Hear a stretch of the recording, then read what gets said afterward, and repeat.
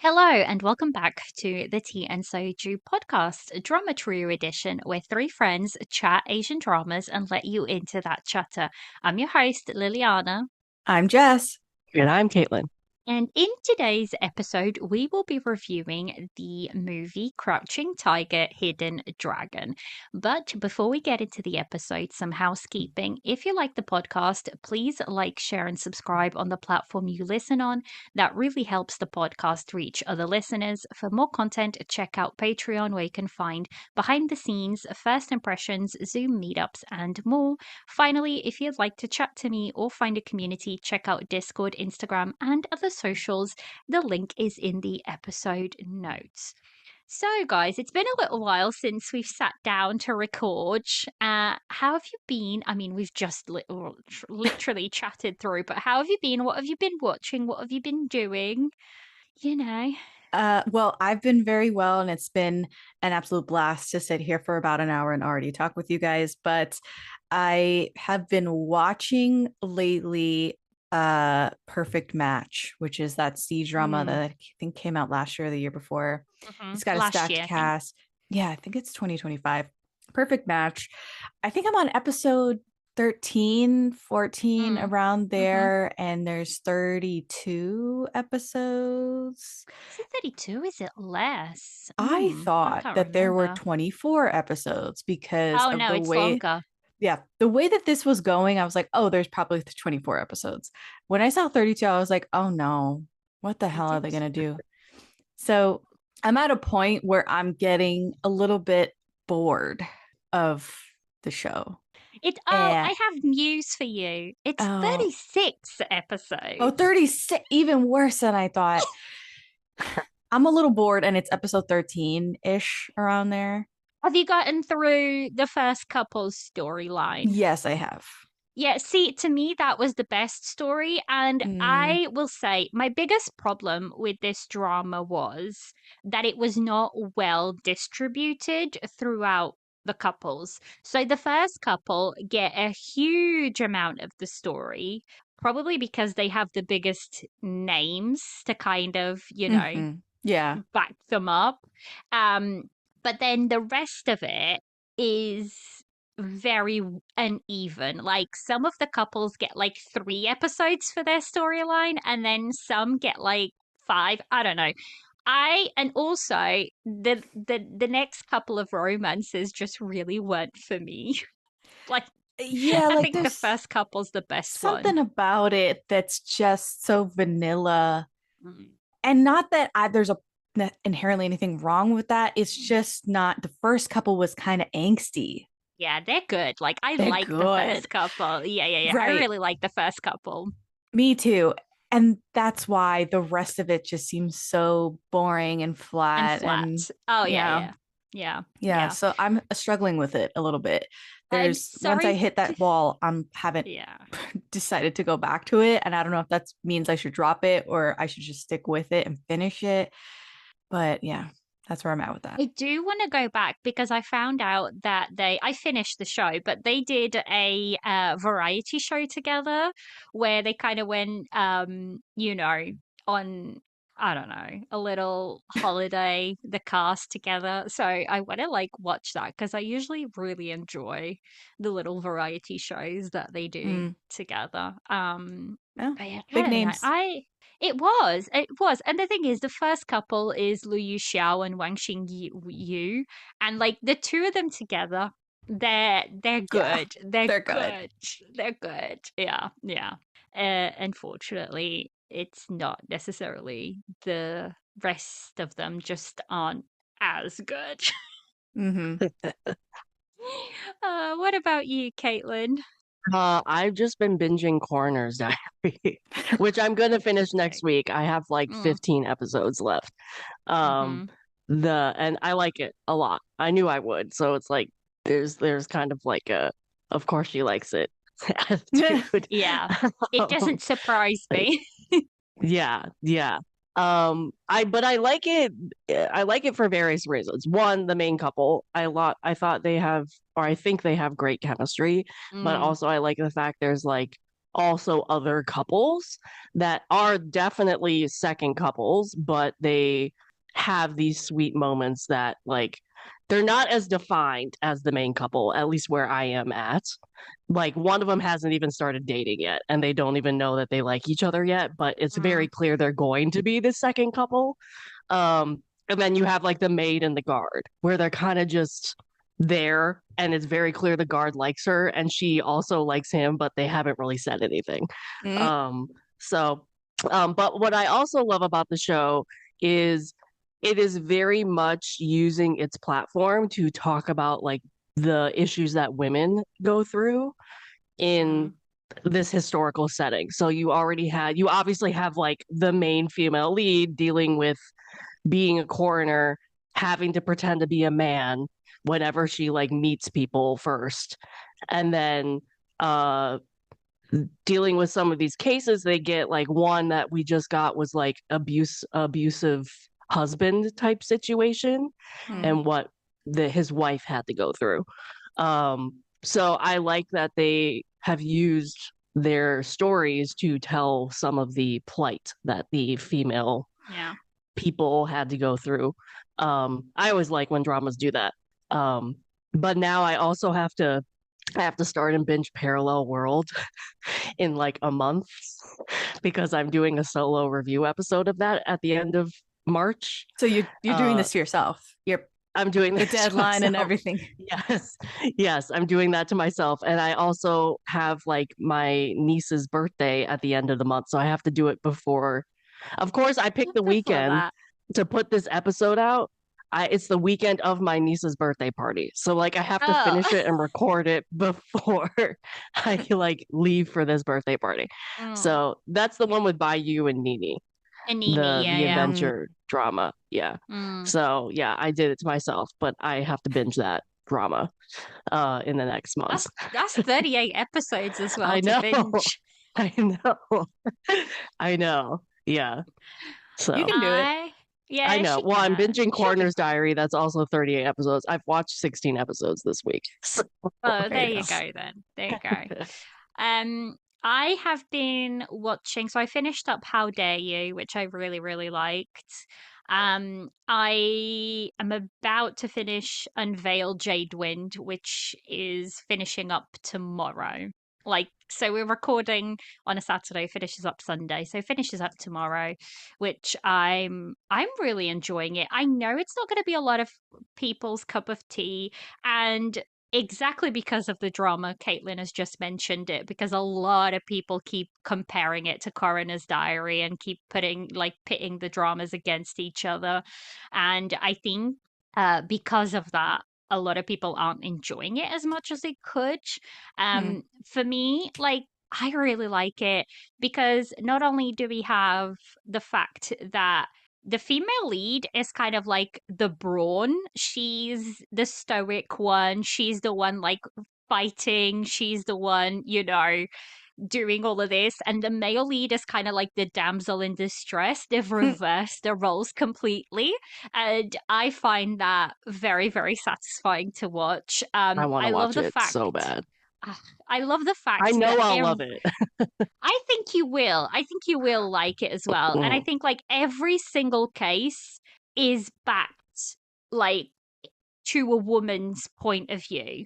Like every mm. single case is a struggle that a woman had to go through in those times, but it's told from the point of view of a woman who is sitting in a position of power because she's a county princess. So I find that like very, very interesting. So yeah, I love it. Like the male lead is Wang Xingyue, and he does beautiful yearning because this man is yearning for her like throughout the whole show. So yeah. I that Those are the two that I'm like just sitting and watching. I'm about to finish them, but then we've got a good few ones coming up in March, which I'm really, really excited for. So hopefully, I think March might be a really good C drama month. If the oh, rumors are true, it's going to be a really, really, really good C drama month because we've got Love Beyond the Grave possibly coming Yep. out, which is one with Dilraba and Chen Fei Yu, which is like a Mm, xianxia. She's playing this goddess of sorts. She yep. looks Bring it. stunning. So yeah, she ends up killing all of her husbands because she steals their Mm. senses and what. I'm very, very excited for that one. But also there's a Tian Wei and Zhang Ling He drama, so I'm very excited about Oh, that I did one. see the poster for that one, and I was like, yes. Yes, it's the one Absolutely. where everybody went crazy for because he was on a horse with like these very long feathers. So that's the Uh-huh. drama. It used to be called Zuyu, but they've called it something else with the word jade in it. Oh, that's the It's trend, I jade. guess. Yeah. Yes, jade seems to be the trend, but that is also supposed to come out in March. So I'm very, very excited um for that one. Pursuit of Jade, that's what it's called. Pursuit of Jade. Yeah. Yeah, yeah, yeah. So we shall see. We shall see. Right. Shall we talk about this drama? How did with this, Let's. not this drama, this movie? I'm so like not used to talking about movies that I'm going to be like calling it a drama constantly. Um, how did this episode come about? Well, it came about because I kept saying that I haven't really watched a lot of movies. I don't even remember how this movie came up in the grand It scheme, was in a the couple of conversation. things. Yeah. Yeah. You hadn't seen a lot of movies, you said Asian Mm-hmm. movies, and we it's very difficult for us to come here having watched 60 something episodes Mm. of a drama and then talk about it. That's a lot of time for us, and so Mm-hmm. movies are much easier for us to cover and watch. It's just a couple of hours of our time, and so we said, okay, well, let's pick a movie to review and come together for it. And Crouching Tiger, Hidden Dragon came up because me and Caitlin have already seen it and we loved it. And then Liliana just hadn't seen it yet. No, And I this had movie never is seen it. iconic. Yeah. Well, also Liliana said she wanted to see some more of the classic stuff. And we're like, well, we can Mm-hmm. do that in Mm-hmm. movies too. Why don't we watch these? And Mm-hmm. yeah, you picked this one. Yeah, so I'm very excited. To talk about it. I literally like we're sitting to record and I literally just finished it, about an hour ago. So hopefully it'll be fresh, fresh in my mind. Yeah. So, the MDL description reads set in the Qing dynasty during the 43rd year, 1779, of the reign of the Qinlong Emperor, martial arts master Li Mu Bai is about to retire and enter a life of meditation. Though he quietly longs to avenge the death of his master who was killed by Jade Fox, he gives his sword, a fabled 400-year-old weapon known as Green Destiny, to his friend, fellow martial arts wizard and secret love, Yu Shi Lian, so that she may deliver it to Sir Tu. Upon arrival in Peking, Yu happens upon Jen, a vivacious, willful politician's daughter. That night, a mysterious masked thief swipes Green Destiny with Yu in hot pursuit, resulting in the first of several martial arts action set pieces during the film. Lee arrives in Beijing and eventually discovers that Jen is not only the masked thief, but is also in cahoots with the evil Jade. In spite of this, Lee sees great talent in Jen as a fighter and offers to school her in the finer points of martial arts and selflessness, an offer that Jen promptly rebukes. So that's like the MDL description. Mm-hmm. I feel like that tells you everything you kind of need to know Mm-hmm. Yes. about this movie. It's a fairly straightforward movie. There has been quite a few adaptations of this. So there is Crouching Tiger, Hidden Dragon, Sword and Destiny, which is the Chinese sequel I from have seen it. uh have you seen Same. it? It's poop. Have you Yep. both It it's is. poop. It's It's horrible. awful. It's Yeah. horrible. Don't watch it. Don't do it. Haven't. It's from 2016. This one I have not watched it. There is a Taiwanese adaptation from, well, it's probably not because like the Taiwanese is from 1959, so it's earlier than this one, and The Tiger in Hunting, which is a Hong Kong adaptation from 1963. And then we have Crouching Tiger, Hidden Dragon, the 2001 Taiwanese adaptation as well. So there's like been a few spin-offs and, Hmm. um so it was released on May 16th of 2000. This Summer movie movie. is Yep. 26 years old. It is Hmm. 26 Yep. years old. It is 1 hour 59, and it is an international co-production between Taiwan, Hong Kong, China, and the United States.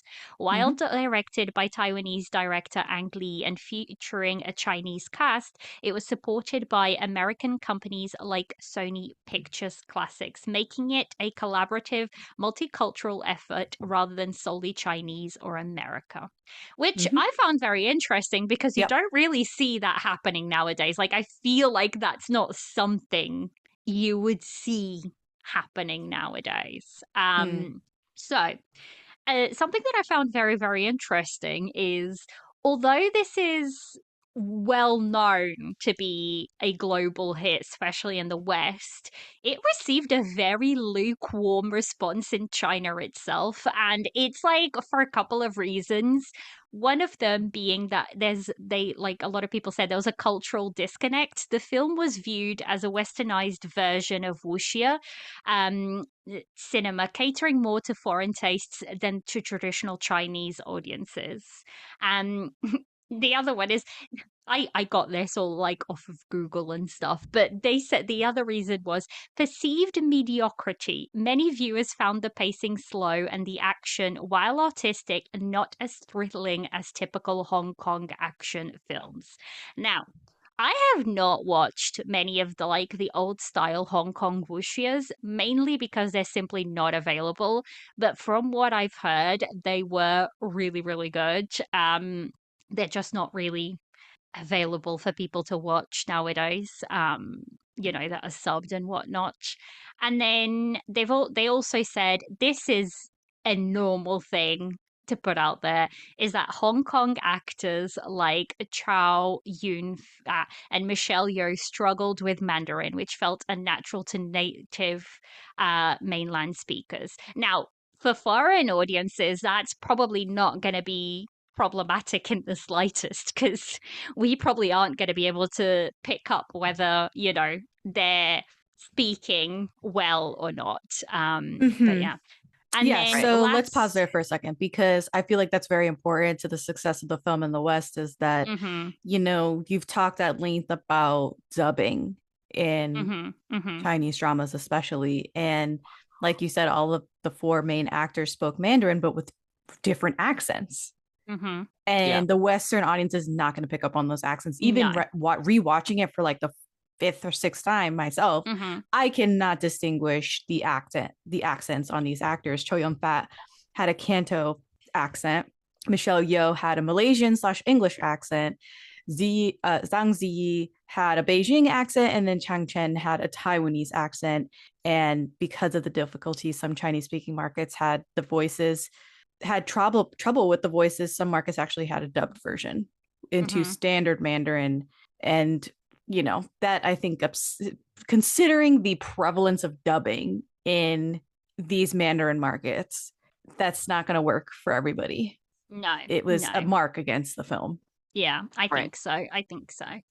And I will Um. say, to talk about director Ang Lee, who is so important to this film, to the vision of it, um, he's quoted as saying this film is a dream of China that probably never existed, which I thought was so poetic and beautiful of a thing Mm, to say. And he's probably right on many different fronts.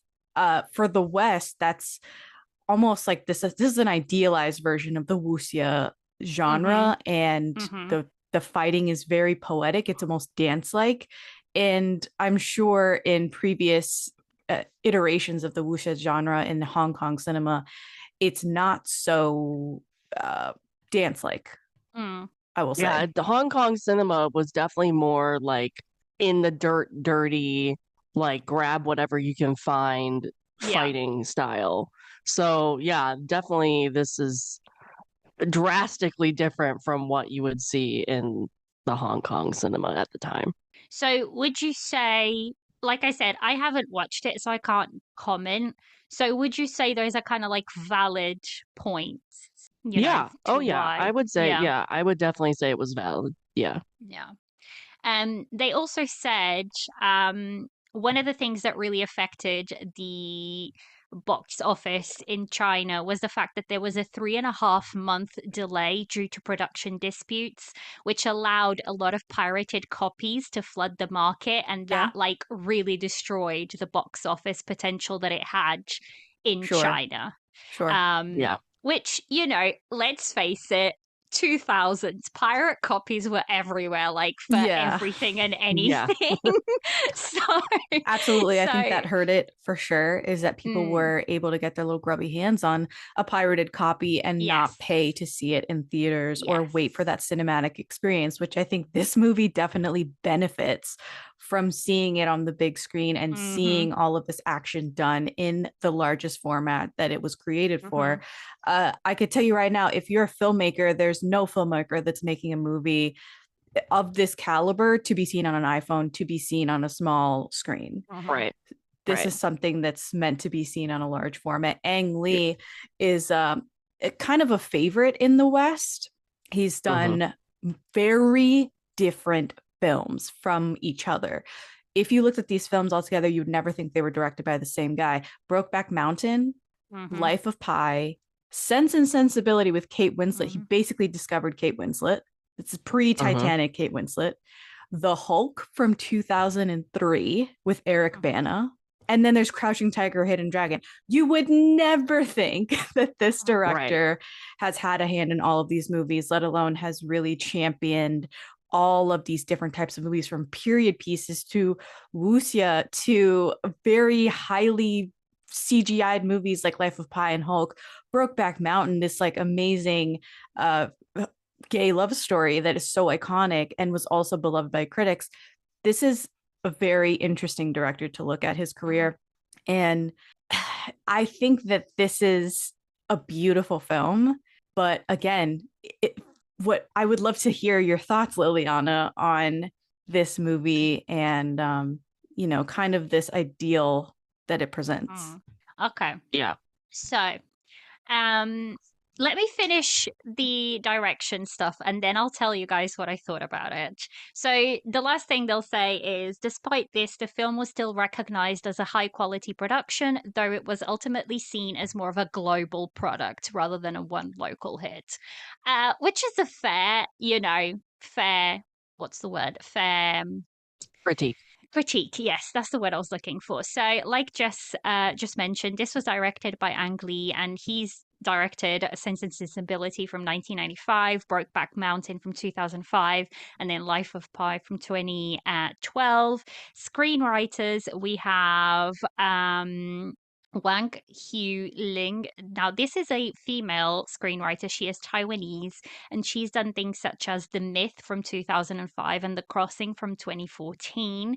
We have James Seamus, who is American, and he's done things such as She's the One from 1996 and Hulk from 2003. And then we also have Tsai Koo-jong, who is Taiwanese, and he's done Calamity of Snakes from 1982 and A Thousand Good Nights, which is a TV show from 2019. So three screenwriters in this. You mentioned As the for adaptations for this yes, movie and how there were yes, some earlier adaptations of yes. this content. So the Mm-hmm, film is an adaptation of the fourth novel in a pentalogy or five novel cycle known in China as the Crane Iron Pentalogy, written by mm-hmm, noted wuxia novelist Du Yuang. The novels are Crane Frightens Kunlun, Precious Sword, Golden Hairpin, Swords Force, Pearls Shine, Crouching Tiger, Hidden Dragon, and Iron Knight, Silver Vase. Much of the story is not about Li Mubai or Yushu Lian. They are, in fact, secondary characters who only become important in later in the series. When a comic book adaptation of the fourth book in the pentalogy was slated, illustrator Dan Sito rewatched the film to get inspiration for how to depict the fight scene. So it's been an inspiration for later mm-hmm. adaptations And the fight choreographer for this movie is the same fight choreographer for The Matrix and all of those Oh, films, which yeah. is Nice. why, The Matrix is so iconic in so many ways, Hmm. but the action sequences in The Matrix are a high bar to clear. And they just brought in that same guy, and he's a legend. He's amazing, Mm. which is probably not a reason why the Chinese market was all about it, because The Matrix is obviously uh, not a ripoff, but it heavily inspired by Wuxia. Hmm. Yes. So, as for cast, we have Zhang Ziyi, who plays Jen. I just found it so odd that like it's just Jen. Apparently, in Chinese, Lo's name, so the her lover in the movie, his name is Yeah, Little Tiger, and then her name, which is just Jen for us in the West, yeah. is Gorgeous Dragon in Chinese. Okay, okay, Yeah. that makes sense. We also have Michelle Yeoh and Choi Yun Fat. So that's like your main cast, Cho Yun although Fat, first martial arts movie in his entire career was this movie, Crouching Tiger, Hidden Dragon. And they had to give him CGI renderings of him as a bald man for him to sign up and decide to shave his head because it was such a big deal. Yeah. it takes, look, not every man can pull off No. the Qing dynasty cut, let's put it that way. Hmm. Absolutely not every man can pull it off. And I'm honestly a little bit surprised that it does make it, because like Qing dynasties, like the styling of it doesn't normally appeal to a lot of people because it is like that half shaved head. So it does Mm-hmm. take a certain type of actor to kind of go in and, Yep. do that. So, what did I think about this movie? I Talk to liked it. us. I liked it. I will say it does actually hold up for a movie that is 26 years old. It doesn't look as bad as I thought and prepared myself for. I thought that it looked pretty good. No, honestly, because like when you think about old That hurts from movies, someone who like appreciates so many different eras of film and yeah, but TV shows.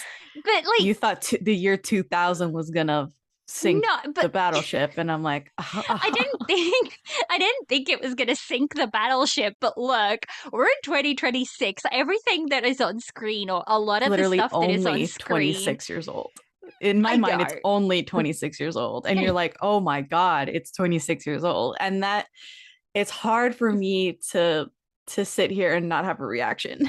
But But please look, continue. I don't really watch a lot of like older movies. I don't really watch a lot of like old TV shows. It's just not something I gravitate towards. So I honestly thought this was going to be lower quality than it was, like in terms of what it looked like. Because you just expect it. Like, you don't expect the CGI or whatever they may use or the effects or anything like that. You expect it to be of its time, but actually it's kind of like the same thing that happened when I watched Scarlet Heart. I thought, it was going to be not great, and then actually I watched it and I thought the quality still held up. So I really liked that aspect of it. The story itself is so simple. It's like there's really not a lot to this movie when you really scratch the surface. I mean, it's a sword that gets stolen and they're trying to get the sword back. And I know there's a lot more to it, but on the surface that's what it is. Now the fight scenes. There was a lot of like grunting and a lot of like, you know, I don't know how to explain it. A lot of noises, which I've heard is common for like, that style of fight scenes. They were beautifully choreographed though. Like Jess said, they do feel more like the characters are dancing with each other rather than fighting with each other, which is a very different style to what we watch today in wuxia, I would say. I don't think like there was barely any blood. There was no blood. I was like, Right. one scratch across an arm, and that was it. And that is definitely not what we watch in Chinese dramas nowadays. I think it's very, very different in that aspect. But like I said, I enjoyed watching the choreography of it because it did feel more like a dance rather than, a fight scene in what we come to expect of a fight scene nowadays. But I liked it. I liked the movie overall. Is it like my favorite thing out there? I don't think so. Mainly, I think it's because story wise, I don't think the story is as compelling to me. Because I don't feel like there's a lot of story there, but I liked the movie overall. Okay. Jess is like dying to go. Caitlin, why don't you go, Caitlin? Talk Jess to I us. needs mean, a I'm minute. I'm kind of like I mean, I'm kind of like Jess. I'm very biased with this movie because I've seen it over 10 times. Mm, At least 10 times. I mean, I own the soundtrack. I love the OST of this. I've been listening it for 20 something years. Hmm. I have Hmm. the album. I love it. So I'm probably very biased against this movie. I will agree, Liliana, the story is very simple, but I think that's kind of why I liked it because it's very easy to follow. It's a low bar mm, introduction into this type of story. Um, and then you obviously see some of the greats like Michelle Yao and like a lot of the cast is just like very, very uh famous, important mm, to the history of wuxia like movies. And Granted, Hong this is Kong cinema. obviously yeah, and mm. Hong Kong cinema too. Like they're yeah. Um, so I'm probably like very biased by this, but I loved it. But I also have not seen this movie in multiple years. This was the first time I've seen it in a couple years. So it was great for me. It was very nostalgic to rewatch this movie because I hadn't seen it in a while. Um, but I also like completely forgot that until I watched this movie that Michelle Yao and Zhang Ziyi did Memoirs of a Geisha together. And Correct. I'm like, oh my God, how did I not remember that they did this movie before Memoirs of a Geisha? Oh Oh, my God. yes. Yeah. Um, so yeah, and so I thoroughly enjoyed rewatching this. I also forgot that Chong Chen was the second male lead in this. I never forgot for a Who second, but yes. but, yeah, yeah, who is Which like we have one of this my deep dive favorite. for Yeah, Love and Destiny. Is yeah, that right? Mhm. yeah, Mhm. yeah. Love and Mm-hmm. Destiny, and I said it in that episode, and I say it again. He is one of my favorite actors. Due to this movie, and then Love and Destiny, and then he has another Taiwanese movie that I love all the time. But anyway, I'm extremely biased against this movie, and I love everything about it, especially the music. I think my biggest favorite thing about this is the soundtrack.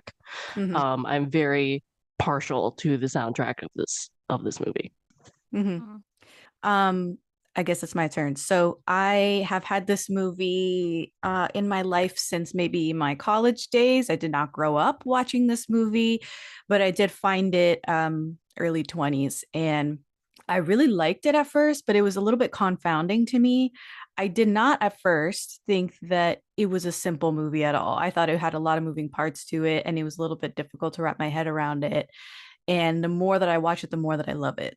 I think this movie is still just as potent as the year that it came out in 2000.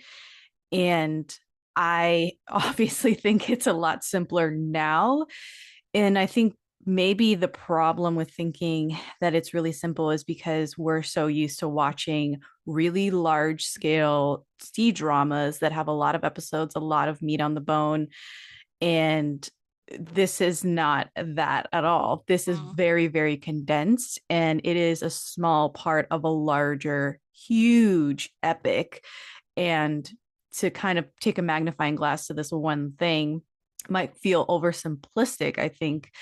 Um, and it is very beautiful, and that's the Ang Lee of it. It is Mm. not the case that wuxias look so good and are so romantic and make China look like this destination. And so it romanticizes everything about China. And maybe the Chinese like saw through that and they were like, this is not the true like warrior's way, basically. Mm-hmm.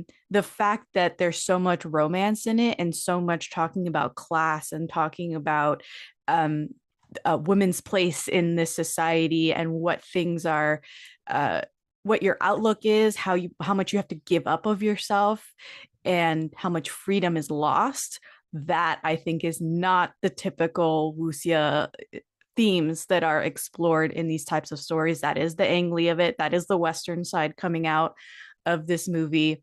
And um, I thought it was very interesting that you love the score so much, Caitlin, because Mhm. this movie was highly decorated, 10 Oscar nominations. It won four of them. The score is one of the things that won the Oscar for Best Yeah. Original Score. Dun Tan is the composer for this score. He was given 2 weeks to write this score before they recorded with a full orchestra in Shanghai. And so a lot of his interviews are like, I really, this is not a lot of time to have written this score. He won Best Original Score over Gladiator. Mm. That's Yep. Hans Zimmer's score. He won over Chocolat, which is a Rachel Portman score, and he won over The Patriot, which is a John Mm. Williams score. These are big, heavy hitters in the world of movie music, and he won. His score won. This movie is beautiful, like we've said, and it won Best Cinematography at the Oscars. It won over Gladiator. It won over Oh Brother, Where Art Thou? And it won over The Patriot. All beautiful, stunning films. And I don't think we've mentioned the art direction, but it won Best Art Direction, set decoration over Gladiator, and How the Grinch Stole Christmas, which I find fascinating. Then it won Mm. over How the Grinch Stole Christmas, which, if you look at the art direction and set decoration in that movie, like that is a feat in and of itself to make Mm-hmm. a Dr. Seuss book look like that on screen. Right. And of course, it won Best Foreign Language Film. It missed out on the nominations for, not missed out on the nominations, it just didn't win in those categories for like Best Director, Best Picture. Um, but I thought that the four that it won for were very interesting, and I totally agree for Best Cinematography and Best Original Score. That is a feat. Mhm. Those categories were very stacked, I would say. Well, the Um, also thing is like I think one of the reasons why I like the music so much is because it's memorable. Like the opening cello in that, like I can literally be walking down a mall hallway and it'll hear stop you in that your and be like, "This tracks. is definitely Crouching Tiger, Hidden Dragon." Like Mm-hmm. that opening score, like cello score. I think the other thing is one of the most iconic cello players of all time It's Yo-Yo Ma. is in this score, Yo Yo Yeah. Ma, which is I grew up playing cello. I like played cello for like 15 years. What? Um, I didn't know Yo Yo this Ma about is like you. one of Insane to just drop that I swear to personal God. lore on us. I swear to God, yes. every time the drama trio record together, Caitlin will drop like this little something about herself. And I'm like, how did we not know this about you? What? Yes, I What? started playing cello and piano when I was in the third grade, and I played up until high school. So Wow. yeah. Um, but the fact that Yo Yo Ma is like his cello playing throughout this score is very noticeable, It and is. like they and I think that that's what intrigued me about it was because you don't usually have like a solo cello Mm, prominent in a score at that's true. all. Yeah. So to have him featured throughout the soundtrack and have a cello be the focal point of a lot of the more memorable parts of the score was has always been why it's one of my favorite scores of a movie ever, because I do have that cello playing background, and also just you can hear the cello Yeah, very yeah, you much have in that this score. appreciation. You have that Yeah. extra, you know, ear for it. In the Yeah. special features, I watched the making of, because of course I did. And um, I perks of have seen having the the special DVD. features at some point, yes. Perks of having the DVD of this movie. But the quote that I remember hearing is that Yo-Yo Ma is sawing away on a $3 million cello, Mhm. which of course is going to make this score even better than it is on paper. Um, I really adore this movie, and there's so much that sticks out in my mind. It's just a feast for the eyes to me. like the tiptoeing on the surface of the Yeah. water, and some of those Mm-hmm. fight scenes. It's not as visceral as other wuxia fight scenes, and it's because they didn't really go with the Shaolin kung fu style, which Mm. is not this dance type of martial arts at all. They didn't go with that style for this choreography. I think that Sang Si and Michelle Yeoh have dance backgrounds, and this was very early in Sang Si's career, super early. I'm talking like her second role ever, Yeah. Yeah. and she freaking this launched her career. It really did. It launched her from obscurity. People had never really seen her face before, and she nailed this role. She had such soulful uh, uh, eyes in this, and she really brought so much to the role, to her character, to the dance like choreography that they gave. Everyone was doing their own stunts for the large majority of this movie. All of these face actors basically are doing their own stunts and action Mm-hmm. Right. scenes. You see their faces in a lot of these shots, and that's special. That's really special in these films. Um, Special in this like wuxia tradition to have that also carry over into this movie. And I thought it was great. Everyone brought their A game, and they were rewarded by this kind of living on and being so important. This is the only wuxia film that has ever been nominated for Oscars, like Mm. ever. So Yeah.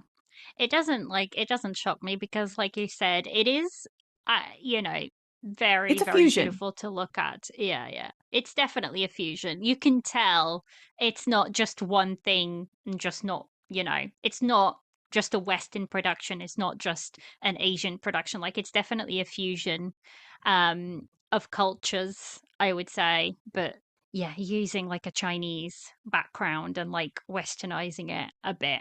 Um and like I said, I liked it. I thought it was very, very beautiful to look at. That was probably my favorite thing about the whole show was the direction of it and the beauty of it.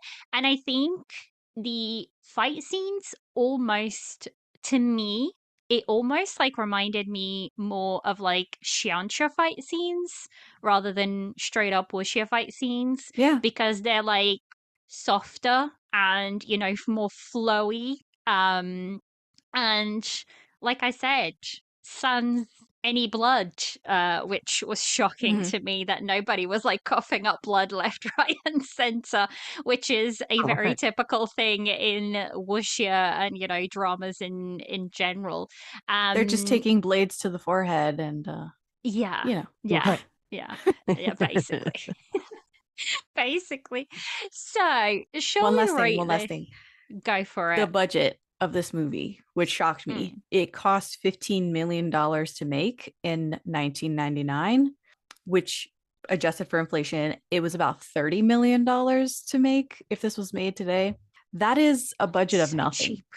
Yeah, that's so Yeah. cheap. That's a budget of nothing. Yeah. So cheap. Really That's cheap to so make this. cheap. That's so cheap. Uh, right. Let's rate this and then we can talk about some spoilers. Oh, I will say one last thing that just popped into my head that isn't a spoiler. I was not well, I should have been expecting it because I feel like that's the Western influence.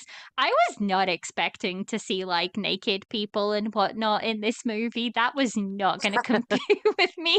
And then it happened, and I was like, oh, I wasn't expecting this.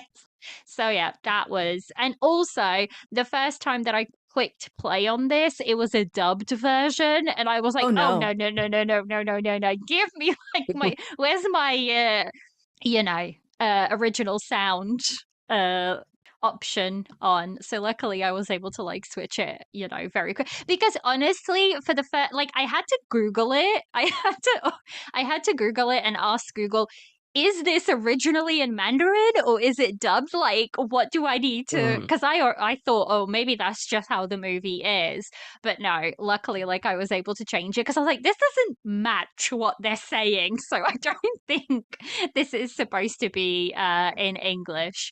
So hopefully, so for ratings, one teacup. It was something I watched. It wasn't good, but something made me finish, and that's a 1 to a 5.5 on MDL.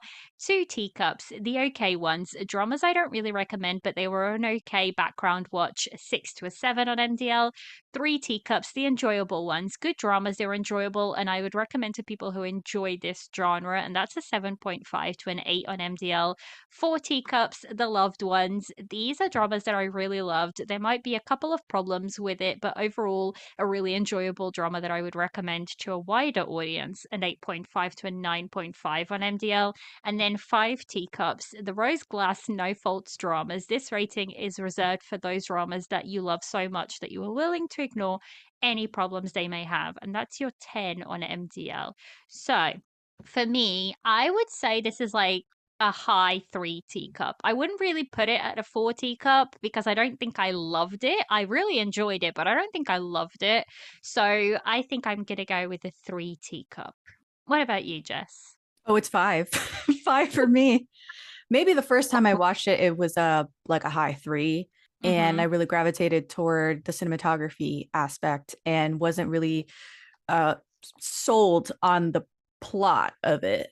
Mm-hmm. But I think this is amazing. It's grown in my estimations as the years have gone on, and it's a five teacup for me. I I I really wonder if I had watched this years and years ago before I had watched anything from China. Like it's a redundant question because it didn't happen, but it does make me wonder like how I would feel about it and how I would viewed it if I had watched it, years and years ago before I had watched anything from China or from Asia in general. I'll tell you Um, what, I went ziplining once in Alaska when I was a teenager. And you know how there's all these videos of people ziplining and they're doing really cool things and they look like they're running in slow motion and they're doing all of these mhm. cool little clever things, for just for the Mhm. camera. I tried to do that when I was ziplining and I look like I'm dying. I thought that was one of the most difficult things ever was Yeah. to try and do one of those cutesy things. And this was before really things were going viral. Um, and that gave me a deeper appreciation of what these people are doing on these Mhm. cables and Mhm. doing all of this wire work is not easy. It is quite difficult to do. Mm. And when I was watching the special features, I was surprised at this. They were like, so there's basically five guys that are basically pulling you up and down on these cables.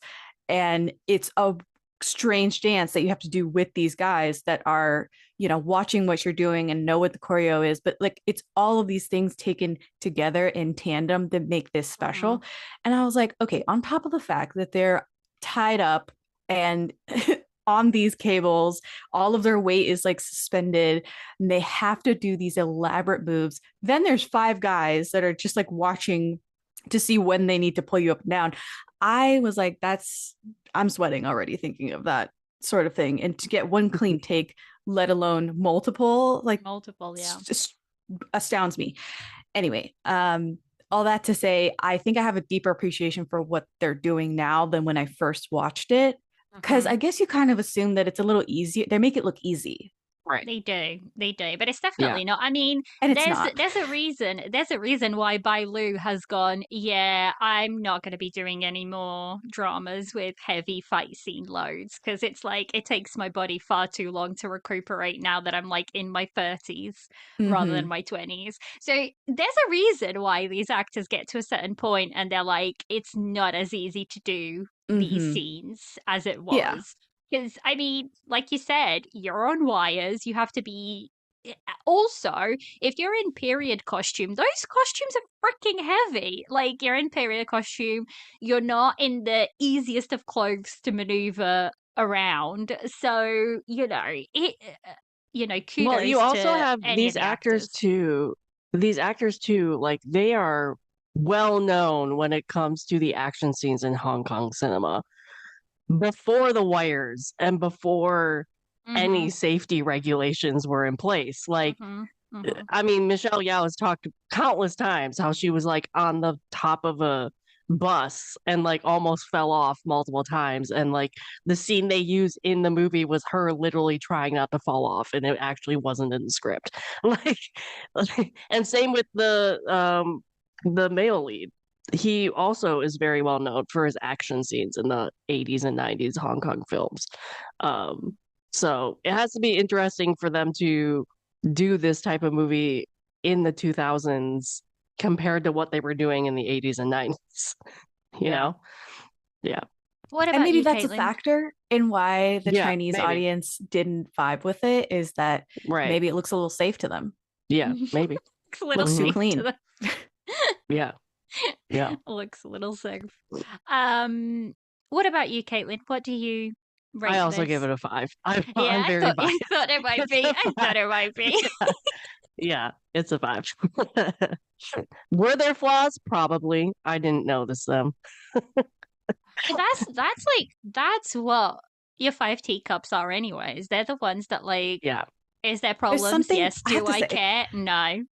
I have to say, the fact that this film is filmed on location in so much of it, in the desert, in these valleys, in these gorgeous mountainous regions of China, really makes me appreciate it more, because we're living in an era where nothing is filmed on location, where it's really rare to get these actual actors are in this actual location. And, we had to stop filming because it was constantly raining in the desert. Like that sort of stuff really makes me think they put in the work, they put in the effort to make it look real. None of this is blue screen.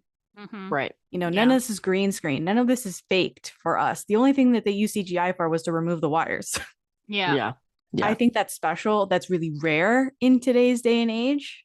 Mm-hmm. That's part of why maybe the Dune series is so well loved, is because they're putting in the work, they're putting in the effort, they're really in the desert and doing all of this crazy Yeah. stuff.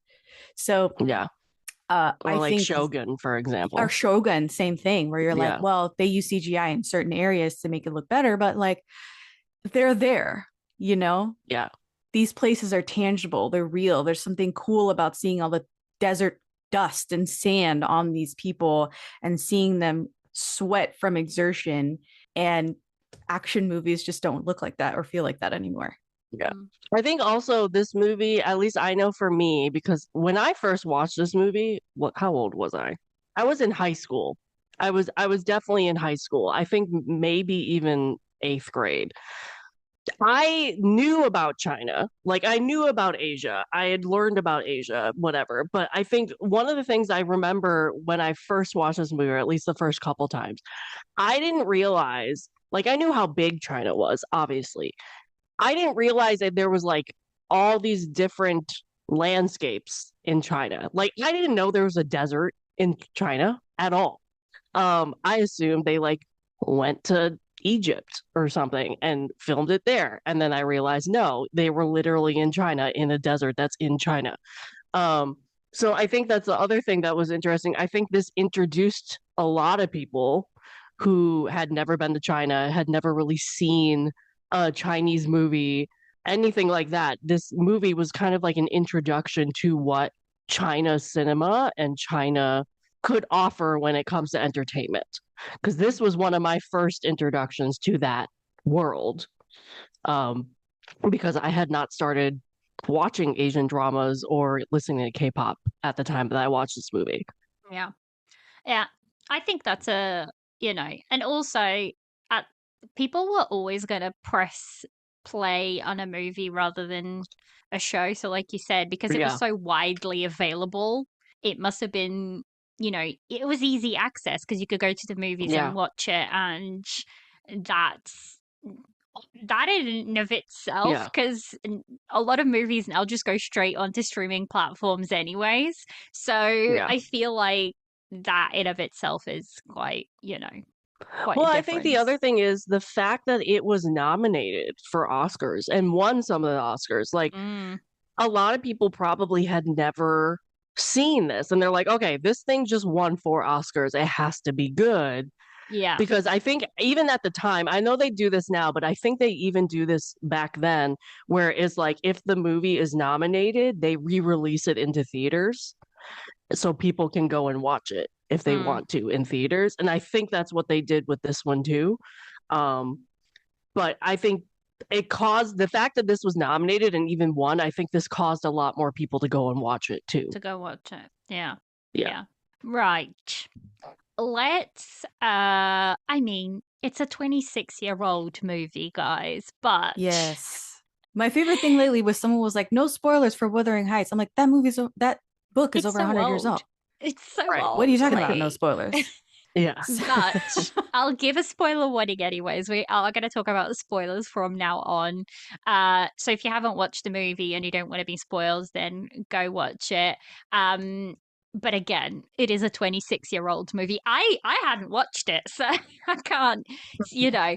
So so on the other side of spoilers, where do you guys want to start with the spoiler talk? Where you're gravitating towards? Um, We can start at the beginning, I guess, because Lee Mubai shows up to Michelle mhm, Yeoh, mhm. and already there's sexual tension. Already there's something unsaid Mm-hmm. Oh yeah. between these two. Mhm, mhm, And he's talking about he was up in the mountains meditating, and he's gonna give his sword away. That's the whole reason why he's come down from the mountain and he's seeing her. He's like, please deliver this sword to our mutual ally, this friend that we've had. It's mhm, friendly in the martial arts world. He's hanging up his martial arts warrior ways, and he quit training to say he's basically in the middle of his meditation hit a wall of despair instead of blissful enlightenment.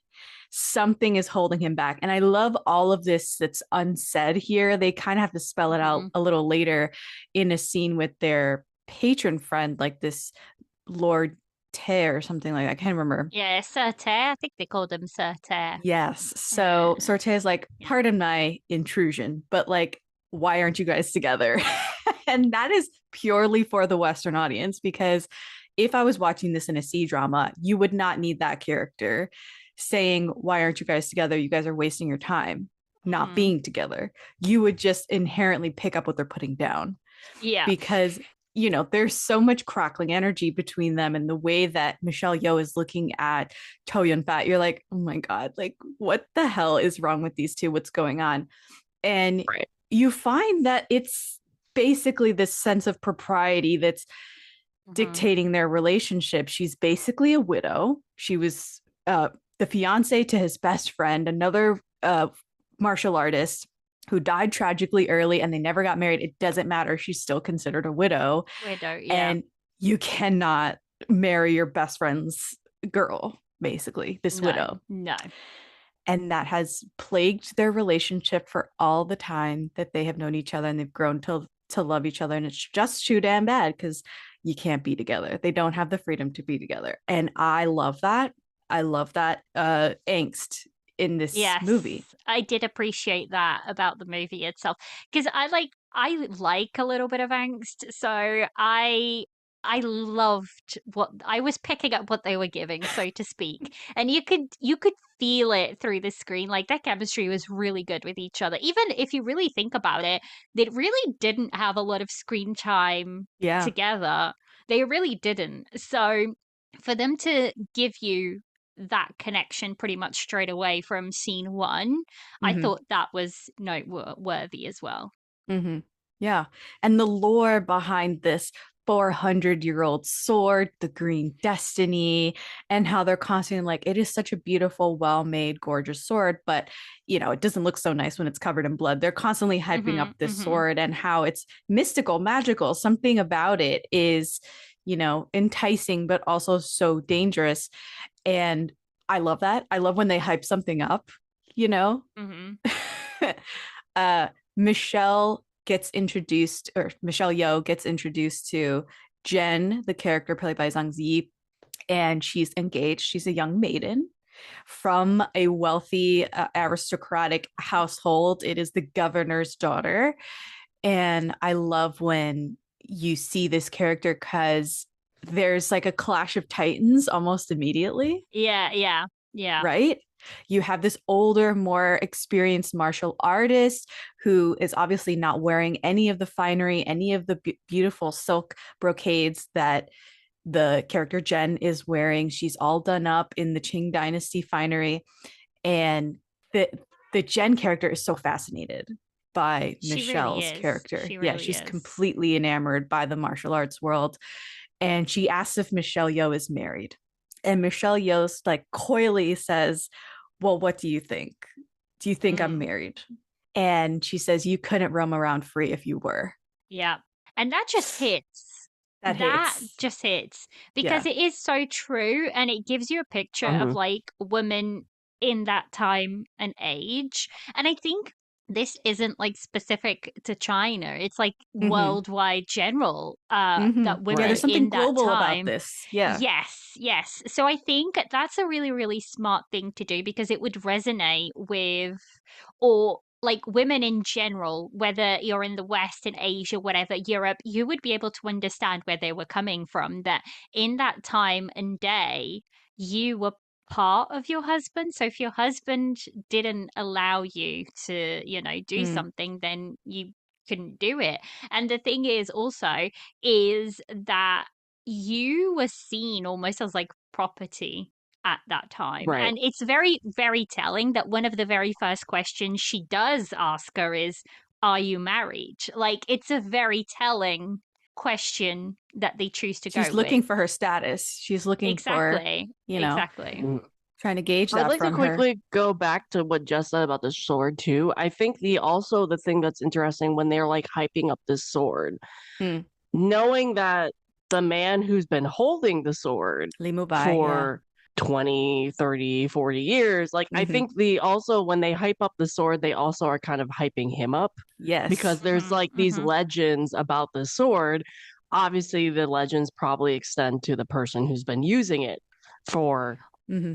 40 Hundreds of something years. years. So that Yeah. Yeah. also kind of gives like a legendary mysteriousness Hmm. behind his character because they don't really Yeah. say like what happened with this sword. They just say like, "Oh my god, this is a famous sword," and thus the guy who's been using it for so long is also pretty famous. Mm.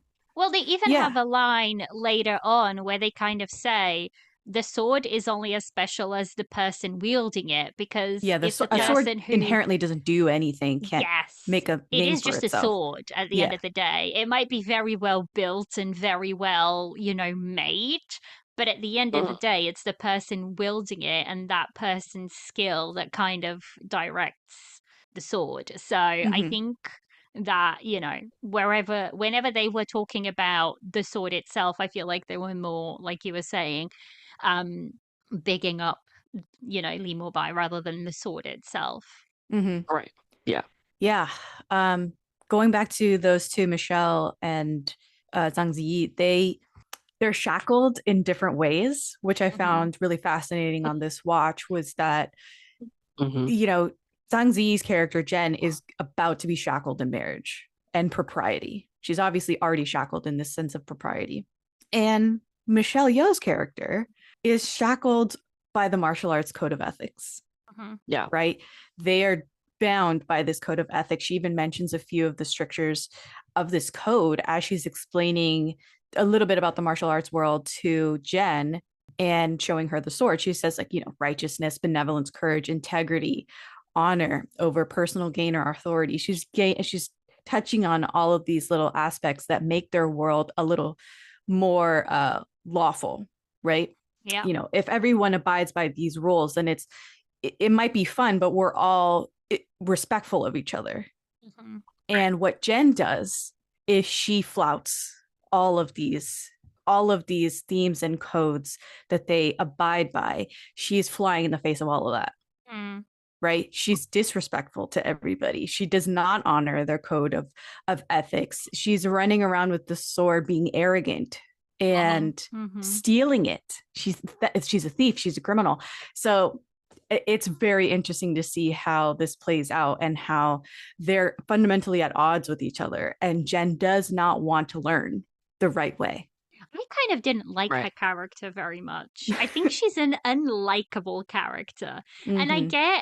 I get where she's coming from because I think I I didn't like her character, but I also found her very intriguing and interesting because what you see is she's so restricted in Mm-hmm. her life that she lives, you know, normally without the mask, where she's, this daughter of an important person, and she's, you know, going to have to get married against her will because she doesn't want, because then you later do find out that she's already found the person that she does love and she wants to be with. And, I feel like she has to show so much restraint in her daily life, and she has to be follow so many rules already as a woman in that day and time, that when she does pick up the sword and she does don that mask or whatever, then she doesn't want to be shackled by any rules,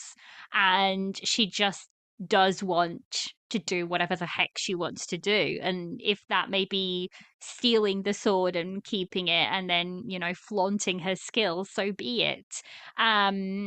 So yeah, so although I find her character unlikable, I also find her interesting, which is a very, Mm-hmm. you know, strange place to be at. But Right. Yeah. it does say something about a character when you don't necessarily like her or him or But you whatever. You can't don't take your eyes necessarily off like the them. guy. They're so Yeah, alluring exactly. and their Yeah. choices are so wrong. Jen is a rebellious teenager, Mm-hmm. Right. Mm-hmm. Yeah. at the end of the day. And she even says on the first, she stole this sword twice, by the way, which I thought she only stole it once in my memory, but she stole it twice. Yeah, she stole The it sword, when twice. she stole it the first time, she says that was just for fun. Mm-hmm. Yeah. It's a forbidden area. She can't really take this sword or own this sword legally or properly. There's only the only avenue that she can really possess this sword is to steal it.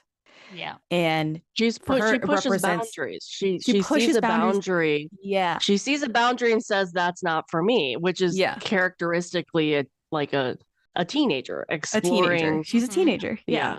Yeah. and she finds so much freedom in the sword.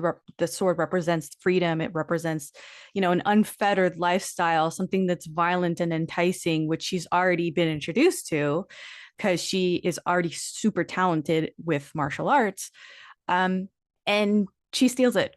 She wants it for herself. She Mm-hmm. thinks that she's entitled to it, which comes from, I think, her upbringing of being in a fine Yeah. household. She Yeah. feels entitled. Yeah. She Mm-hmm. doesn't Yeah. earn it. Yeah, she Right. doesn't need to earn it. I think that's what she thinks. She doesn't need to earn it because it already Mm, belongs to her. mm-hmm. So yeah, she's a very interesting character, like I said.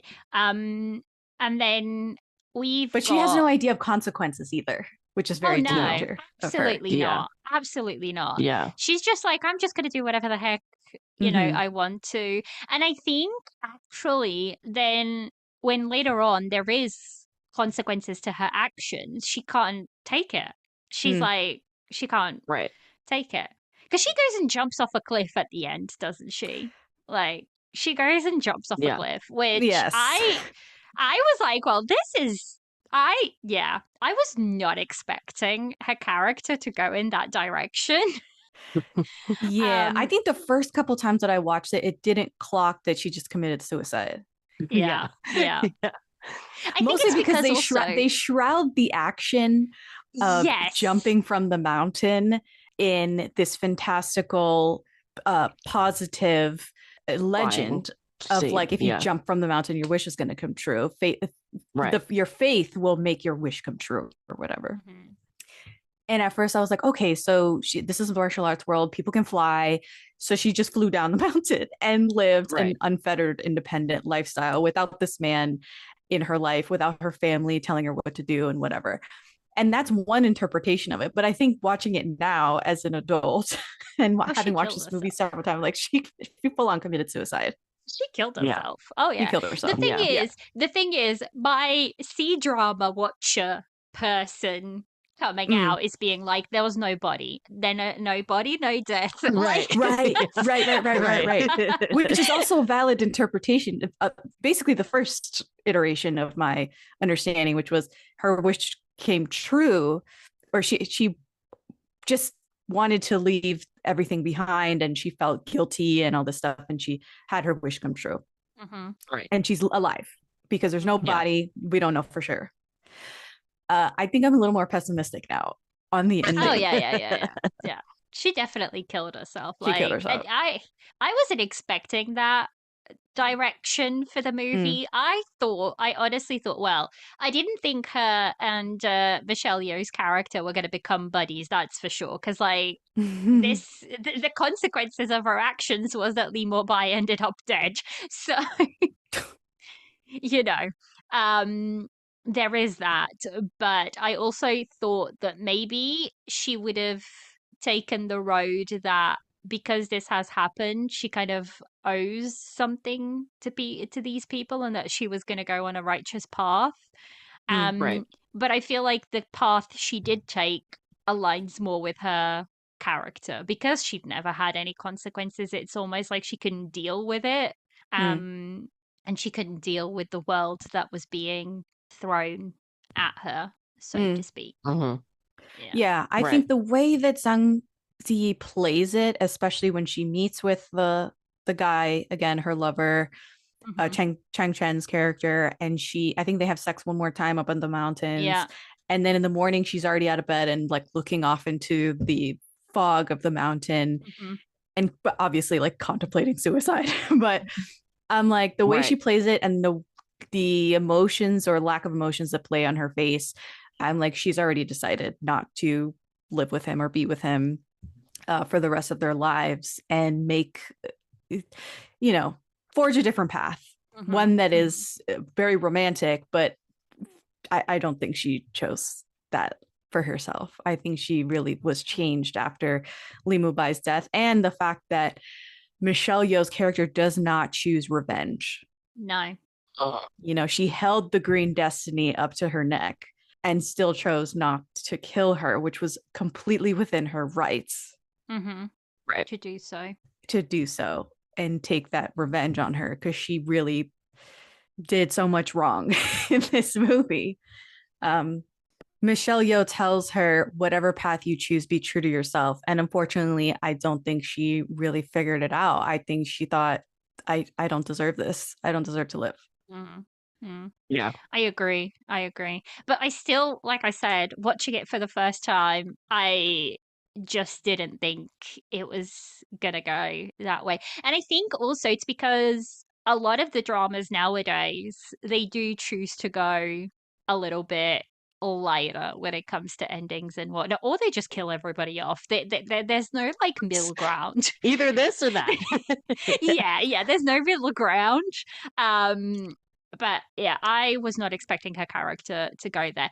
I did want to see a bit more of like Michelle Yeoh's character because Mm. she, like the very last time we see her is like she says that quote, she kind of gives her space and then she just goes off. So we don't really know what happens to her character. And I found her character, although she had less screen time than Zhang Ziyi's Mm-hmm. character, I actually found hers more interesting because, she had, I don't know, maybe she had like the angstier story. I don't know.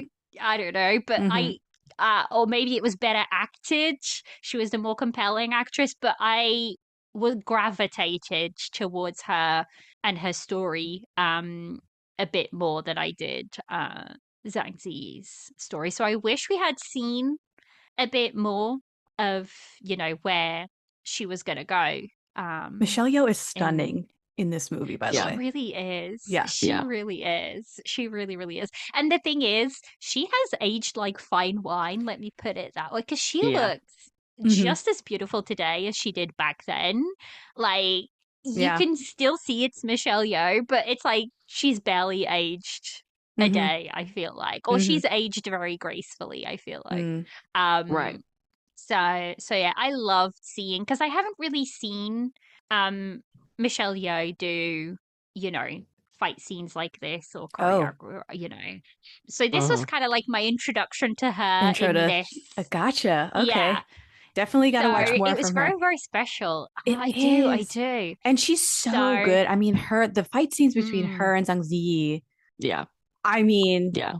hmm that makes the movie. It's so Right. it good, so does. iconic. It does. And it is super visceral. Like both of them, like she's pulling chunks of concrete and stone out of the wall to like throw at her. They're scaling In that buildings and weapon running room. across rooftops and choosing different weapons to fight with. I love every second of them fighting. And then Mhm. I can't remember which fight, if it was the first one or the second one, where Zhang Ziyi keeps trying to fly away and she keeps pulling her down with her Mhm. foot. And then there's a lot of like Yeah. foot play happening and choreo there. Incredible. Incredible. Yeah. Yeah. You don't even want to Yeah. blink or you miss No, something. I think my two favorite fight scenes were the one where they're like both climbing up the wall and they're like going up and down the wall and fighting and Mhm. what I think that's their very I think it's the first first one fight where scene. Zhang Ziyi's dressed as a ninja, basically. Yes, Like, yeah. yes, yes, yes. So I loved that back and forth, and it's very clear. I mean, she's not fooling anyone who she is with that get up, right? Surely we all know who the thief is from the get Well, they go. knew that the thief entered the governor's house and so is Hmm somehow hmm related Right. to the governor. And they just didn't Yeah. know to what extent the governor knew or was involved. And they, hmm that's very political and they didn't want to stir up shit. But yeah, they clocked her ass real fast, which hmm she's a teenager. She, you Yeah, know, yeah. yeah, going So out after yeah, dark, that scene. unaccompanied. I mean, there's a lot of things that are very enticing to a teenager in this movie, not just Yeah. fighting all the adults for a legendary sword. Um, they keep mentioning the Well, Jianghu. at some point, I Oh, don't think it was for the legendary sword, though. oh At some no, point, it was just like, it was ego. yeah, to get strong, be strong on Eh, them. or just like, hey, I can defeat this master dude who has never, like, lost. Right. Yeah. Yeah, Yeah. it's totally for Bragging rights, yeah. almost bragging rights. Yeah. But you Yeah. could see Bragging it rights. because like she learned more about like they had the manuscript that Jade Fox was kind of learning as well, and Jen had discovered more to it and kind of had unlocked it, and she Yes. never shared that information with Jade She's Fox, a and it's like selfish little bitch. But yeah, yes, Jade Fox is an yes. interesting character as well because she's very clearly illiterate. Yeah. Mhm. And Mhm. she has this philosophy of kill or be killed. Yeah. Mhm. And she makes mention of seducing the dead master. You know, Cho Yun Fat's master was killed by her Mhm. and he refused to train her. But she said, oh, he'll sleep with me, but he won't teach me martial arts, Mhm. Mhm. which is Yeah. very damning of the Yeah. master Yeah. Mhm. and misogynistic in a sense. Mhm. And she steals this Wudan scroll and doesn't know how to decipher it Yeah. Right. in its Right. own way. Like she is also a thief, just like she's passed on Mhm. to her protege. Protege. Disciple. Yeah. Yeah. Yeah. Yeah. And in the And same way, she can't decipher the sword. Yeah. no, Yeah. she can't. It's So really cool. she has limits, whereas her protege doesn't. And I think her protege because she's like considered a genius in terms of Mm-hmm. martial arts in general, I think she also started at a higher level Mm-hmm. than Jade Mm. Fox Mm-hmm. at the start anyway, which I Mhm. found kind of interesting to like the fact like the when you put them two together and like what they are going to be dealing with. Jade Fox wanted to learn from the master, was refused. Mm-hmm. And then you have Jen, who the new master of the sword Mm-hmm. was like, He'll no, move I by. want to train you. Like Mm. I want to like I realize you are rebellious and you don't like you want to go against the grain, Yeah. but I'm still willing to teach you. Yeah. He sees her potential, Um yeah. Mhm. which is Yeah. also very it's a sticking point for Michelle Yeoh's character, you. Michelle's like, look, this is none of our business to intervene in Jen's life, to intervene in basically this highborn's life. We are martial artists. This has nothing to do with us. We just want the sword back. And Lee Mubai is like, she has great talent. And I'm sure that the Wudang sect would accept her and make an exception, basically make a grand exception and teach her this sect's martial arts ways. And I feel like they're definitely playing into that, like, young versus old and women against women, because the patriarchy doesn't allow them to kind of see eye to eye. Even though Michelle Yeoh's character knows martial arts, she is not a true disciple of this sect. And it's something that she never got, right? I'm sure she would have loved to have been inducted and had a master and all of this stuff. Instead, she was in a romantic way related to them because she was going to marry a warrior. Yeah. So it's like, oh man, it's a subversion of what she always wanted. And it's just handed to Jen, who did this foul thing. She was a criminal and stole the sword. And she's still going to get everything that Michelle Yeoh ever wanted. Yeah. It's tough. But it's without any pill. of the work. Yeah. Yeah. But I think that's also like, that's more like at the end, Michelle Yeoh decides to not kill her, whether that's for revenge, but also, as you just said, like, this girl was going to be able to do the things that she had always wanted to do. And that was even more incentive for Michelle Yeoh's character to take the route of killing this girl due to revenge, due to jealousy, all that stuff. And she still chose to go the other way and turn a blind eye. It's true. I think it's true power. Like, Michelle Yeoh's character really inhabits that true power that is worthy of the sword, worthy of this martial arts technique or whatever they do at the sect. And she's still denied like the inner workings of that. And but I think also that was kind of I think that was also kind of a tribute to Cho Yun-fat's character too. Absolutely. Because he was like, yes, this girl has done horrible things, and I'm still willing to take her as a disciple because she's so talented. And I think Michelle Yeoh's like, okay, I'm just not going. I'm like, I'm still not going to do anything. Like, I'm going to, for lack of a better term, like, ignore it. Yeah. But I'm just not going to do anything with it, even though I have every reason I could. Like, I'm justified if I wanted to go that route. Yeah. So they keep mentioning this Jianghu world. And I'm like, does that just mean the martial arts world? Like, what does that mean? So I looked it up. Jianghu, and I hope I'm not totally butchering the pronunciation of that, but it literally translates to rivers and lakes, refers to a semi-mythical parallel society existing outside conventional authority, commonly depicted in Chinese wuxia fiction. It represents a world of honor, martial arts, wandering heroes, gangsters, and outlaws defined by its own moral code rather than state law. And in the wuxia context, it just means like martial arts world inhabited by fighters, sword scholars, and masters who follow a strict, often personal code of honor. So I thought that was interesting that the Chinese audience would know what this is, but us, like, reading subtitles, like, what is that? Is that just like the way of the warrior? And in a sense, simplified way, it is. Yeah.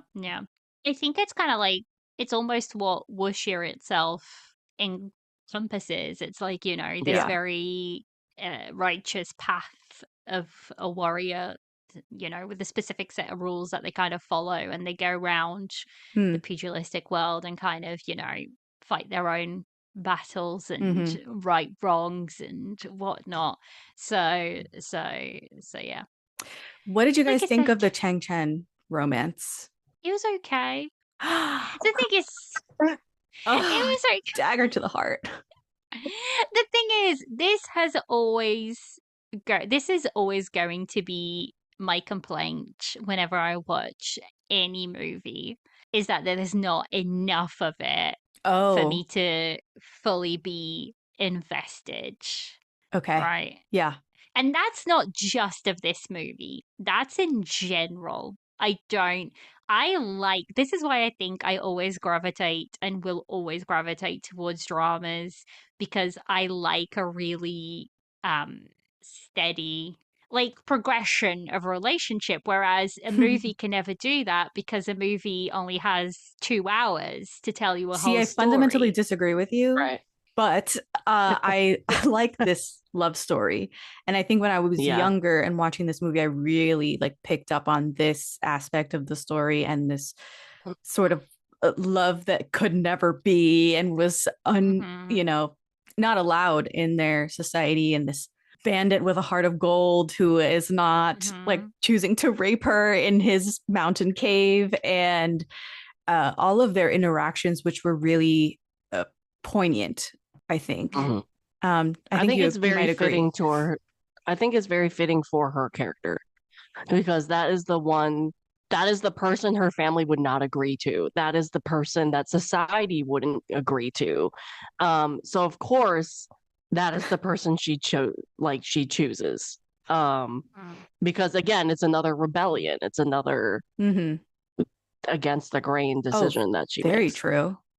Yeah. Very true. Yeah. That it's a part of her rebellion to choose this bad boy from the Yeah. desert who's hijacking and stealing all of these valuables with his little mountain gang. I don't know how you can be immune to like Tang Chen in this movie. He's so hot.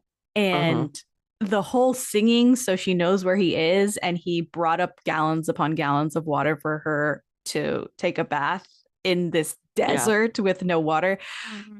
That Yeah. really spoke to me. That spoke to me Hmm. deeply. Uh, and he has the most romantic lines, I think. Yeah.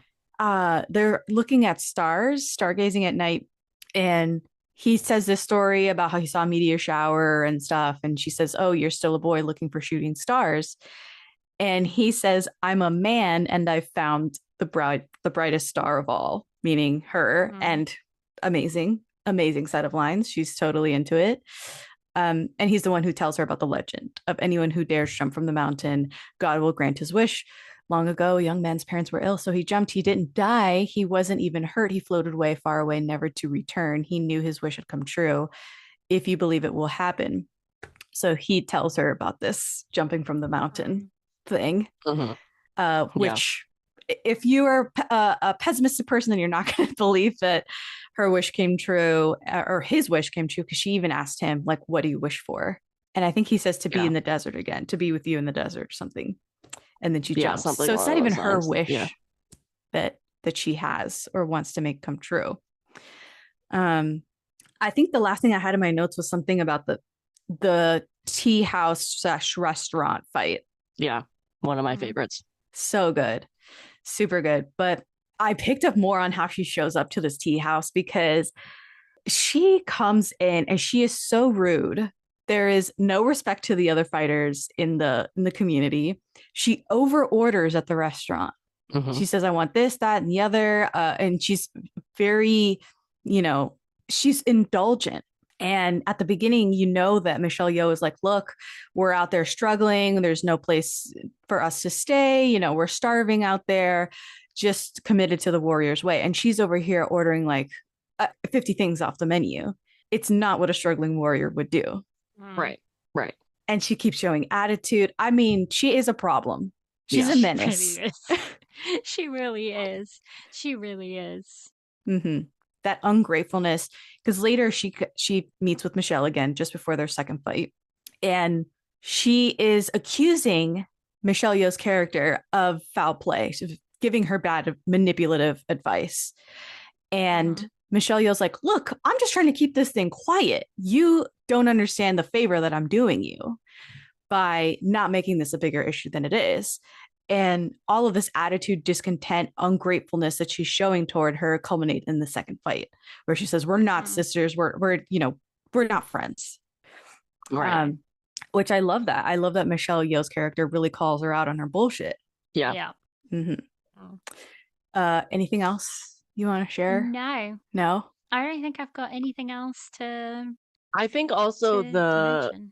a fight scene that also stood out to me with I think Liliana already kind of touched on was the top of the bamboo fight. Oh, come on. Mhm.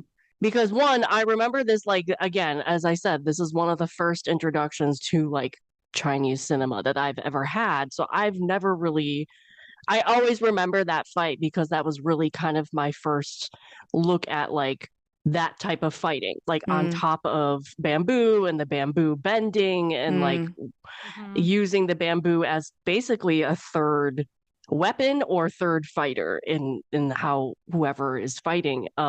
So that scene always kind of stands out. Also, it's during the day, so mm. like a lot of these fight scenes are Happen at night. darker in the night, or like in darkly, like more dark rooms, like lit rooms. Mm, But this one is the complete opposite. It's yeah. like out in the open in this green lush area, Beautiful bamboo light. forest. Mhm. Yeah. Yeah, Mhm. so I like the contrast that it has, but also just like again with the dancing and the bending of the bamboo and These um slow motion shots in the middle of this fight scene. And it's like yeah, oddly juxtaposing those two and making it about the characters versus the actual fight. Yeah. right. And it Just also kind of shows like it, yes, there's like you had Jen, who is this arrogant person the mm, entire movie. yeah. And I think that fight in the bamboo is really the first time you see Chow Yun Fat's character kind of playing around. Yeah. Like he's like, Mhm. okay, I'm good too. Let me show you in my element. Mhm. And I think that I love that scene just because Yeah. it was kind of him He's getting so back into his steady. element. He's teaching Yeah. he's teaching her a He's lesson. He's yes. Yeah, knocking her definitely. down a peg Definitely. because there's a specific moment in that scene where they're both on one single bamboo um like yeah, both on one single A bamboo and she stalk? keeps jumping. Yes, I don't know if it's just Yeah. I don't know. But she keeps jumping Yeah. up and down to try, and he's just like steady as a tree on it. And you can see her visibly get frustrated Yeah. because it's like it's the first time she's like, She hasn't oh, gotten her he's way. actually, yeah, she hasn't gotten her way, and she's not walking away very easily. And I don't think she wouldn't have walked away from that fight Right. unless somebody came in and took her away Right. because he is visibly better than her. And I think that really annoys It her enrages a her. lot. Yeah. Well, the fact Yes, also is it because really she's been frustrates her. boasting the entire movie Mm, that she killed the guy who held the sword. And now that the Hmm. fact she's actually fighting him in his element, and it's very clear she would never have been able to beat the guy, mm. that frustrates her. That frustrates her even more, Even though she has the sword, she doesn't have the upper even though hand. she has the Yeah. sword. Hmm. Yeah. Yeah. Yeah, that Yeah. frustrates her. And yeah, she's so braggadocious. She thinks she's invincible with the sword, but all she is stubborn, willful, and rebellious. And she refuses to take Li Mubai as a master in this scene. Towards the end, she tries to challenge him, which is so freaking arrogant of her. She says, "If you can take back the sword in less than 3 moves, I'll be your I will kneel and basically pledge that I'm Hmm. your disciple. You'll be my master." He takes it back in one fucking move, Right. and Yeah. Without even she's trying. without even trying, and she refuses to show him any respect. He tells her like kneel down, and she like no, and he says, well, fine, then you don't need this sword, Right. Hmm. Yeah. and tosses it. So incredible scene, Yeah. beautiful scene of him, the juxtaposition between these two and how he's just so steady and sure, and him being so good at all of this stunt work and this really muted fight scene just makes her so upset. Right. Yeah. Yeah. Yeah. Yeah. Yeah. And then we get Ha- to the end where he dies. Oh, the lines I here. still I still cry at those lines. Oh my Like, God. Yes. He because says for me, like I liked the desert romance thing, but I have a soft spot for their romance unrequited because love, it's so yeah, it's because so even though they unrequited on both both sides. On both sides. Like it's not like he's loved her forever and like because she was engaged to their friend, he could never say anything. It is very clear they both loved each other for a Yes. very long time. Yeah. And they just have this ghost following them where Mm. they can't love Come at on. all, like to what they really want. And so I've Yes. always loved their story. Yeah. He tells Their her. story to me, Oh, go ahead. I was just going to say, their story to me was much more compelling Yeah. than Yeah. the It's other really two good. stories. Mhm. Yeah. Yeah, it just It's felt stronger as a it story, I did. think. It felt solid. And the other relationship between Jen and the bandit guy it's very passionate, but it's Yeah. also just young. It feels young. It It's a feels fling. Yeah, of It's a a moment. fling. it's Yeah. the difference. It's Yeah. the difference between puppy love and a mature romance, I would say, Mm-hmm. because Right. like the other two, they've been in love for A minute. decades at that point. Yeah. Yeah, Yeah. and Well, you it's a could very also kind of mature, very tell, solid love. right. You could also tell that in a way Jen was using him. Oh Like I yeah. never really like Mm, after 100%. repeat watches, I realized like she was never going to stay with the guy. Like you no. even knew that before the ending Mm. on repeat watches because you knew she was like, okay, I'm rebelling, I'm using this guy, dragging him along, whatever. Whereas Michelle Yeoh's romance is the complete opposite. Mind They're you, like, he had full, like, Cheng Chan's character had full control over the situation. Like, she could not escape right, if she wanted to, right, which she yeah, did try and escape, and she basically almost died, and he had to bring her back to the mountain cave. He fed her, he, bathed her. He was, I don't want to say it's that awful, like, syndrome that, like, the Stockholm. captive falls in love with the captor, because I don't think that's true. But she was playing her cards in that situation Yeah, so definitely. that she could survive and get out of it. Yeah, yeah. But yeah, that death scene at the end always gets me. God, because she's telling him, Michelle Yeoh is telling him, save your breath, concentrate on meditating and dispelling this poison for as long as possible. And he chooses to not do that and tell her, I have already wasted my whole life. With my last breath, I wanted to tell you that I have always loved you. And it was giving like, and thus with a kiss, I die. Like, you know what I'm saying? Yeah, Like Right, very yeah. Shakespearean of it. And he right. says, I had to pause the movie because I was like, damn, this is hitting so hard right now. And I've seen this movie before.